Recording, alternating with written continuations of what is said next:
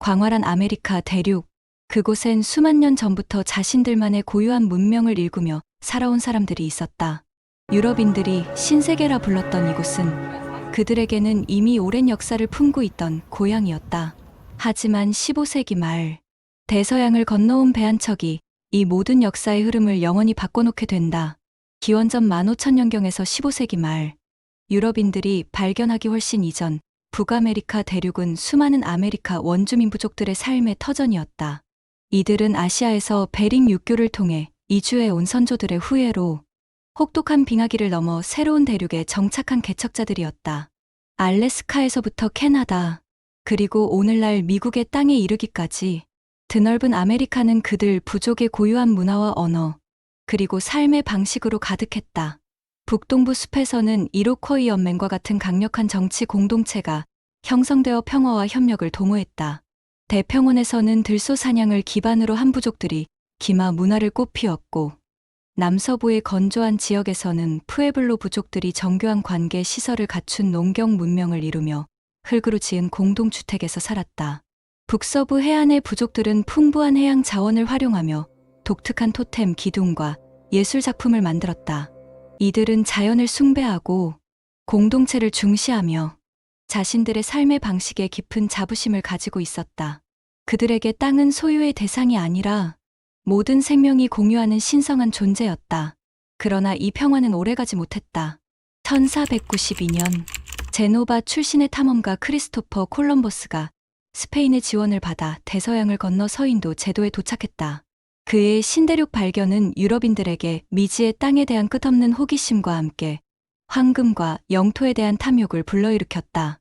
16세기 동안 스페인 정복자들은 중앙아메리카와 남아메리카에서 아즈텍, 잉카 문명을 정복하며 막대한 부를 약탈했다. 북아메리카는 상대적으로 뒤늦게 유럽인의 본격적인 관심 대상이 되었다. 17세기 초에 이르러서야 영국, 프랑스, 네덜란드 등 유럽 각국이 북아메리카에 영구적인 식민지를 건설하기 시작했다. 영국은 현재 버지니아주 지역의 제임스타운이라는 식민지를 건국했고, 스페인은 플로리다와 텍사스, 뉴멕시코, 캘리포니아 등 넓은 지역을 정복하고 금을 채굴하였다. 프랑스는 북쪽 퀘벡의 루이지애나 영토를 선포하였고, 네덜란드는 허드슨강을 따라 현재 뉴욕 지역 전체에 뉴암스테르담을 건설하였다. 유럽인의 정착은 원주민들에게는 재앙과도 같았다. 유럽인들이 가져온 천연두, 홍역 등 새로운 질병에 면역력이 없던 원주민들은 속수무책으로 죽어갔다. 또한 유럽인들의 토지 강탈, 자원 약탈 그리고 노예화 시도는 원주민과의 끊임없는 무력 충돌로 이어졌다. 수많은 유혈 사태 속에서 원주민들은 삶의 터전을 잃고 점차 내륙으로 밀려나거나 유럽인의 지배하에 놓이게 되는 비극을 겪었다. 영국은 북미 대륙 동해안에 13개의 식민지를 굳건히 세우고 확장해 나갔다.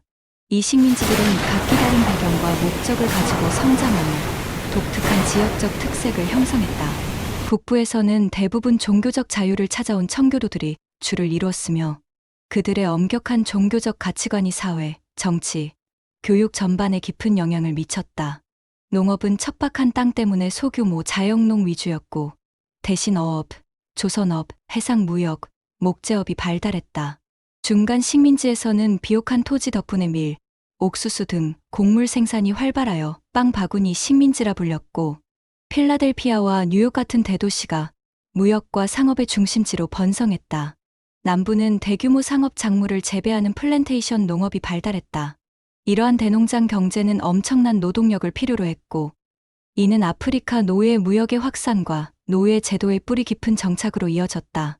이 13개 식민지는 비록 영국의 지배를 받았지만 상당한 수준의 자치권을 누리고 있었다. 각 식민지에는 영국 왕이 임명한 총독이 있었으나, 영국 본토는 중상주의 정책에 따라 식민지의 자원을 본국으로 가져오고 영국 제품을 판매하는 무역 활동만을 엄격히 통제하는 것 외에는 식민지 내정에 크게 간섭하지 않았다. 이를 건전한 방임이라고 말하였고, 이는 훗날 독립의 불씨가 되었다. 18세기 중반, 북아메리카 대륙의 패권을 놓고 영국과 프랑스의 오랜 경쟁이 폭발했다. 바로 프랑스 인디언 전쟁이다. 양측은 아메리카 원주민 부족들과 동맹을 맺고 치열하게 싸웠다. 전쟁 초기에는 프랑스가 우세했지만 영국의 막대한 물량 공세와 강력한 해군력에 밀려 결국 영국의 승리로 끝났다. 1763년 파리 조약으로 전쟁이 공식적으로 마무리되면서 프랑스는 캐나다와 미시시피 강 동쪽의 광대한 루이지애나 영토를 영국에 할양했다. 이로써 영국은 북아메리카 대륙의 명실상부한 지배자가 되었지만 전쟁의 승리는 영국에게 막대한 빚을 안겼다. 영국의 국가 부채는 2배 이상 증가했고 식민지 방어를 위한 군대 유지 비용도 만만치 않았다. 재정 부담을 해결하기 위해 아메리카 식민지에서 충당하려고 했고 이는 그동안 유지해온 건전한 방임 정책을 뒤엎는 결과를 초래했다.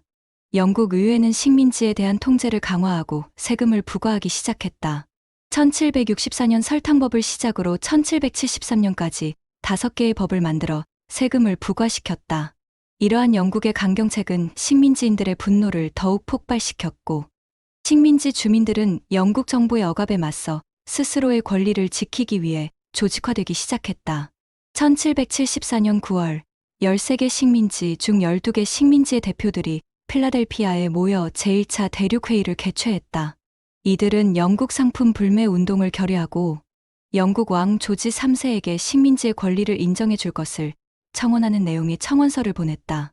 그러나 영국은 식민지의 청원을 무시하고 군사력을 동원하여 식민지를 진압하려 했다. 식민지에서는 민병대가 조직되었고 무기를 비축하였다. 운명의 날은 1775년 4월 19일 새벽에 찾아왔다.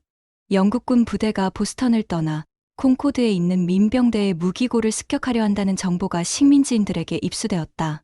폴 리비어와 윌리엄 도스 등은 말을 타고 달리며 영국군이 오고 있다 고 외쳐 마을 주민과 민병대에게 위험을 알렸다. 영국군 선발대가 렉싱턴 마을에 도착했을 때 그곳에는 이미 소수의 민병대원들이 모여 있었다. 양측은 서로를 마주보며 대치했다. 갑자기 어디선가 총성 한 발이 울려 퍼졌다. 영국군은 민병대를 향해 총격을 가했고 몇몇 사상자가 발생하며 민병대는 흩어졌다. 그렇게 민병대는 렉싱턴에서 후퇴하였고 영국군은 콩코드로 도망간 민병대를 추격하였다. 민병대는 먼저 후퇴하여 콩코드 다리에서 매복하였고 영국군이 콩코드 다리에 도착하자 민병대는 영국군을 향해 총을 발포하였다. 영국군은 민병대의 매복 작전에 당황해 후퇴하였고 두 번의 전쟁은 미국이 영국에게 본격적으로 독립을 원하는 계기가 되었다. 1775년 5월 13개의 식민지 대표들은 제2차 대륙회의를 개최하고 대륙군을 창설하였다.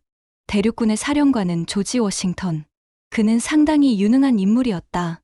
그는 군사교육을 받았으며 모든 식민지인들에게 환영받는 존재였기에 사령관 자리에 올라가는 건 당연한 일이었다. 한편 영국에서는 조지 3세가 대륙군을 반역자로 선언하며 전쟁의 분위기는 최고조로 향하고 있었다. 1776년 6월 7일 버지니아 대표 리처드 헨리리는 영국으로부터의 독립을 공식적으로 제안하는 결의안을 제출했다. 그리하여 7월 4일 토머스 제퍼슨이 초안을 작성하고 벤자민 프랭클린과 존 애덤스가 완성한 독립선언문이 완성되었다. 그러나 자유는 저절로 주어지지 않았다. 독립선언은 용감한 결단이었지만 현실은 냉혹했다. 영국은 당시 세계 최강의 군사력을 자랑하는 대제국이었고 이에 맞서는 대륙군은 갓 조직된 오합지졸에 가까웠다. 제대로 훈련되지 않고 무기도 변변치 않았던 대륙군은 조지 워싱턴 장군의 지휘 아래 고군분투했지만 전쟁 초기에는 연전연패를 거듭했다. 1776년에는 뉴욕을, 1777년에는 펜실베니아를 빼앗기며 절망적인 상황을 마주할 뻔했지만 1777년 겨울 뉴욕 북부에서 존 버고인 장군이 이끄는 군대가 영국군을 상대로 대승하였다. 1778년에는 영국과 원한이 깊었던 프랑스를 시작으로 스페인과 네덜란드가 미국의 독립을 지지하면서 같이 참전하였고 영국은 점점 수세에 몰리기 시작했다. 특히 프랑스는 바다에서는 수많은 해군을, 육지에서는 대륙군과 함께 연합하여 영국군을 사지로 몰아넣었다. 네덜란드와 스페인의 도움과 프랑스의 직접적인 전쟁 개입으로 인해 결국 영국은 2년간의 협상 끝에 프랑스 파리에서 미합 중국의 독립을 인정하였다. 전쟁에서 승리하고 독립을 쟁취했지만 새로운 국가의 앞길은 순탄치 않았다. 독립을 성공한 13개의 주가 지나치게 많은 권한을 가지고 있었고 중앙정부는 세금조차 거둘 수 없는 약하디약한 정부였다. 결국 전쟁 영웅이었던 조지 워싱턴을 앞세워 미국의 건국아버지라 불리는 자들이 모여 헌법을 제정하였다. 초기 헌법에는 5가지의 주요 헌법이 있었는데 첫 번째는 행정부, 입법부, 사법부로 권력을 분할하는 삼권분립이었고 두 번째는 중앙정부와 연방정부가 권한을 나뉘어 가지는 연방주의 체제를 채택하였다. 세 번째는 공화정 체제로서 국민이 선출한 사람이 대표가 되는 시스템이었다. 그리고 네 번째는 인구 비례로 대표를 선출하는 상원의원제와 하원의원제였다. 마지막으로 5번째는 노예는 국민의 숫자에 포함시키지 않는다는 문제로 남과 북이 다퉜는데 남부주의 요구를 반영하여 노예 5명당 3명으로 계산하여 인구수에 포함하는 타협을 이뤄냈지만 이는 이후 남북 갈등의 씨앗이 되었다. 이러한 원칙들이 담긴 미국 헌법은 1787년 9월 17일에 완성되었고 1788년 각 주의 비준을 거쳐 1789년 3월 4일에 정식으로 발효되었다. 그리고 1789년 4월 30일 독립전쟁의 영웅 조지 워싱턴이 초대 미국 대통령으로 취임하면서 진정한 미합 중국의 시작을 알렸다. 새로운 국가가 된 미국은 서쪽으로 뻗어나가려는 강렬한 욕구를 가지고 있었다. 1803년에는 미국의 3대 대통령 토머스 제퍼슨은 프랑스로부터 미시시피 강 서쪽의 광대한 루이지애나 영토를 단돈 1,500만 달러에 매입하며 미국의 영토를 2배로 확장했다. 이는 인류 역사상 가장 위대한 토지 거래 중 하나로 기록된다. 1819년 스페인으로부터 플로리다를 매입하여 남동부 국경을 확정했다. 1845년 미국의 11대 대통령 제임스 폴크는 멕시코로부터 독립한 텍사스 공화국을 합병했다. 이로 인해 미국-멕시코 전쟁이 발발했고 미국의 승리로 멕시코는 캘리포니아, 뉴멕시코 등 오늘날 미국 서남부의 방대한 영토를 미국에 할양하게 되었다. 1846년에는 영국과 오리건 조약을 체결해 오리건 영토를 분할하여 태평양 연안까지 영토를 확장했다. 이러한 영토 확장은 미국에게 막대한 자원과 성장 동력을 제공했지만 성장 과정에서 노동력으로 사용되는 노예제는 미국을 북부와 남부로 서서히 갈라지게 만들었다. 19세기 중반에 들어서면서 미국은 노예제 폐지를 외치는 북부와 노예제를 옹호하는 남부의 대립이 갈수록 심해지는 사건이 발생하는데 북부의 토피카에서 노예제 폐지론자들이 임시정부를 세우자 노예제 찬성론자들이 노예제 폐지론자 5명을 살해하는 사건이 발생한다. 이에 존 브라운이라는 노예제 폐지론자가 보복성으로 찬성론자 5명을 살해하는 범죄가 일어나 아수라장이 된 캔자스 지역을 비해 캔자스 사건이라고 불렀다. 이러한 상황에서 1860년 노예제 확장에 반대하는 공화당의 에이브러햄 링컨이 대통령으로 당선되자 남부주들은 더 이상 연방에 남아있을 이유가 없다고 판단했다. 1860년 12월 사우스캐롤라이나를 시작으로 남부의 11개 주는 연방을 탈퇴하여 아메리카 연합국을 결성하고 제퍼슨 데이비스를 대통령으로 선출했다.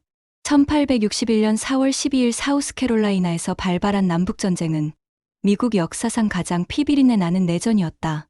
초기에는 남부가 우세하였으나 북부는 압도적인 인구를 바탕으로 점차 전세를 역전시켰다. 1863년 링컨이 노예 해방선언을 발표하면서 병사들의 사기는 최고조에 달하였고 그해 게티즈버그 전투를 끝으로 남부의 리 장군이 항복함으로써 남북전쟁은 60만 명의 사망자를 내고 막을 내렸다. 수많은 피를 흘리고 끝낸 남북전쟁이었지만 하나의 미국을 다시 세웠다는 점에서 링컨 대통령은 현재까지 칭송받고 있지만 1865년 4월 15일 링컨 대통령이 암살되면서 미국은 혼란스러워졌고 이를 빠르게 해결하기 위해 당시 부통령이었던 앤드루 존슨이 제17대 대통령직을 승계했다. 남북전쟁이 끝난 후 미국은 산업혁명의 가속화를 시작하였고 앤드루 카네기와 존 디 록펠러 등 기업가들이 크게 성장하며 미국의 산업을 지배하였다. 19세기 말 미국은 국내 성장뿐만 아니라 해외로 눈을 돌리기 시작했다. 1898년 미국은 스페인과 전쟁을 통해 괌, 필리핀 등 여러 식민지를 확보하였고 콜롬비아 지배하에 있던 파나마를 독립시켜 운하기지로 사용하였다. 1914년 유럽에서 제1차 세계대전이 발발하였지만 미국은 중립을 선택했다. 그러나 독일 제국의 잠수함이 미국의 선박들을 침몰시켜 독일에 선전포고하며 전쟁에 참전하였다. 연합북편으로 참전한 미국은 제1차 세계대전에서 승리하였고 28대 대통령 윌슨은 국제연맹을 창설하였다. 그러나 아이러니하게도 윌슨이 창설한 국제연맹에 미국은 가입하지 않고 고립주의를 선택하였다. 미국은 이후 1920년대에 광란의 20년대라 불리는 경제 부흥기를 맞이하였다. 이 시기는 자동차, 라디오, 냉장고 등 신기술이 보급되고 대중문화가 꽃피웠으며 주식시장은 과열되었다. 하지만 심각하게 과열된 주식시장은 버티지 못하고 1929년 10월 24일 대공황 사태를 맞이하며 미국의 전례 없는 금융위기를 초래하였다. 대공황의 위기 속에서 1933년 프랭클린 디 루스벨트가 대통령에 당선되었다. 당선된 루스벨트 대통령은 대규모 경제개혁 프로그램인 뉴딜 정책을 추진하여 위기에 미국을 구해냈다는 평가를 받는다. 그 후 1930년 이탈리아의 무솔리니를 시작으로 독일의 히틀러, 일본의 제국주의는 파시스트 붐을 일으키기 시작했다. 1930년 중반에는 파시즘을 기반으로 한 나라들이 추축국이라는 연합으로 뭉쳐 제2차 세계대전을 벌이는 최악의 사태가 발생했다. 이번 역시 중립을 고수한 미국은 다시 한번 전쟁에 끌려 나오는데 1941년 12월 7일 미국의 석유가 필요했던 일본은 미국 진주만을 선제 타격하는데 이는 일본의 패착으로 역사에 기록된다. 미국은 엄청난 생산력을 바탕으로 민주주의의 병기창이 되어 연합군에게 물자를 공급했고 아시아에서는 선제 타격을 한 일본과 태평양 전선을 구축하고 유럽에서는 나치에 대항하여 유럽 전선을 이루며 양면 전선을 구축하며 싸우는 어마무시한 능력을 보여주었다. 이후 사선에 성공했던 루스벨트 대통령이 사망하면서 해리 트루먼이 대통령직을 이어받았으며 1945년 소련이 베를린을 정복하고 미국이 원자폭탄을 일본에 투하해 제2차 세계대전을 끝내게 된다. 이로 인해 승전국 중에서도 압도적인 활약을 보인 소련과 미국은 세계 최강대국으로 올라서게 된다. 제2차 세계대전이 끝나자마자 과거의 동맹이었던 미국과 소련은 곧바로 전 세계 패권을 놓고 경쟁에 돌입했다. 1947년 트루먼의 공산주의 봉쇄 정책을 시작으로 1948년 베를린 봉쇄, 1949년 나토 창설, 1950년 한국전쟁 대리전, 1962년 쿠바 미사일 사건까지 여러 사건을 통해 미국과 소련은 냉전시대를 이어갔다. 절정은 1960년대 중반부터 1970년대 초까지 있었던 베트남 전쟁인데 미국은 남베트남을 소련은 북베트남을 지원하였다. 하지만 베트남의 험난한 지형과 북베트남의 게릴라 작전으로 인해 미국은 고전하던 와중 미국 내부에서는 워터게이트 사건으로 인해 리처드 닉슨 대통령이 미국 역사상 최초로 대통령직에서 사임하는 불명예를 안았다. 결국 1973년 파리 평화협정이 체결되면서 미국은 베트남에서 철수했고 1975년 남베트남이 패망하며 베트남 전쟁은 미국의 패배로 끝났다. 안 좋은 상황이 반복되던 미국은 1981년 취임한 레이건 대통령의 강경 정책으로 인해 새로운 전환점을 맞이하였다. 레이건의 강경 정책과 맞물려 소련 내부는 지도자 문제로 불안한 상태였으며 이는 1989년 베를린 장벽 붕괴와 1991년 12월 26일 소련의 해체로 인해 냉전은 미국의 승리로 막을 내렸다. 냉전 종식 후 미국은 유일한 초강대국으로서 새로운 세계 질서의 리더로 자리매김했다. 이후 부임한 부시 대통령은 새로운 세계 질서를 주창하며 미국이 세계 질서를 바로 세우겠다고 말하였다. 1991년 이라크의 쿠웨이트 침공에 맞서 걸프 전쟁을 성공적으로 수행하며 미국의 군사력을 과시하기도 했다. 1990년대는 빌 클린턴 대통령의 시대였다. 클린턴 대통령은 재정 건전성 확보에 주력하여 오랜 기간 만에 재정 흑자를 달성하는 성과를 거두었다. 경제 상황은 호황이었으며 20세기 마지막을 화려하게 장식하고 있었다. 하지만 21세기의 시작은 미국에게 엄청난 충격과 함께 새로운 도전의 시대를 알렸다. 2001년 9월 11일 이슬람 극단주의 테러 조직 알카에다는 뉴욕 세계무역센터와 워싱턴 DC의 펜타곤을 대상으로 동시다발적인 항공기 테러를 자행했다. 당시 미국의 위상을 생각하면 말도 안 되는 충격적인 사건이었다. 당시 대통령이었던 조지 부시는 즉각 테러와의 전쟁을 선포했다. 부시 대통령은 알카에다는 물론 도와주는 세력과 나라에도 가차없이 일을 진행하였다. 테러와의 전쟁이 진행되던 2008년 세계 금융위기가 발생했다. 이러한 위기 속에서 2009년 버락 오바마가 미국 최초의 아프리카계 미국인 대통령으로 당선되었다. 오바마 행정부는 대규모 경기 부양책을 통해 금융 시스템을 안정시키고 경제를 회복시키려 노력했다. 또한 2011년 테러와의 전쟁의 수건이던 오사마 빈 라덴을 사살하며 상징적인 승리를 거두었다. 오바마의 두 번째 임기까지 경제는 서서히 회복되었다. 그러나 금융위기 이후 심화된 빈부격차, 정치적 양극화 그리고 사회적 불만은 여전히 미국 사회의 깊은 곳에 남아 있었다. 오바마 행정부 이후 민주당과 공화당 양 진영 간의 이념적 대립은 그 어느 때보다 심해졌다. 이러한 사회경제적 불만과 정치적 양극화가 극에 달했던 2016년 미국 대통령 선거는 전 세계의 이목을 집중시켰다. 공화당에서는 도널드 트럼프가, 민주당에서는 버락 오바마 행정부의 국무장관을 지낸 힐러리 클린턴이 대선 후보로 나섰다. 트럼프는 기존 정치 문법을 무시하는 파격적인 언행과 강력한 메시지로 유권자들에게 다가갔다. 미국을 다시 위대하게라는 슬로건으로 미국의 45대 대통령으로 당선되었으며 46대 대통령을 뽑는 대선에서는 바이든에게 패배하였다. 하지만 47대 대통령 선거에서 승리하여 다시 한번 미국을 위대하게라는 슬로건으로 미국의 대통령직을 이어가고 있다. 오늘 이야기는 여기서 마치며 다음 이야기 역시 보러 와주시면 감사하겠습니다. 영상 보신 모든 분들 구독과 좋아요 한 번씩만 눌러주시면 정말 감사하겠습니다.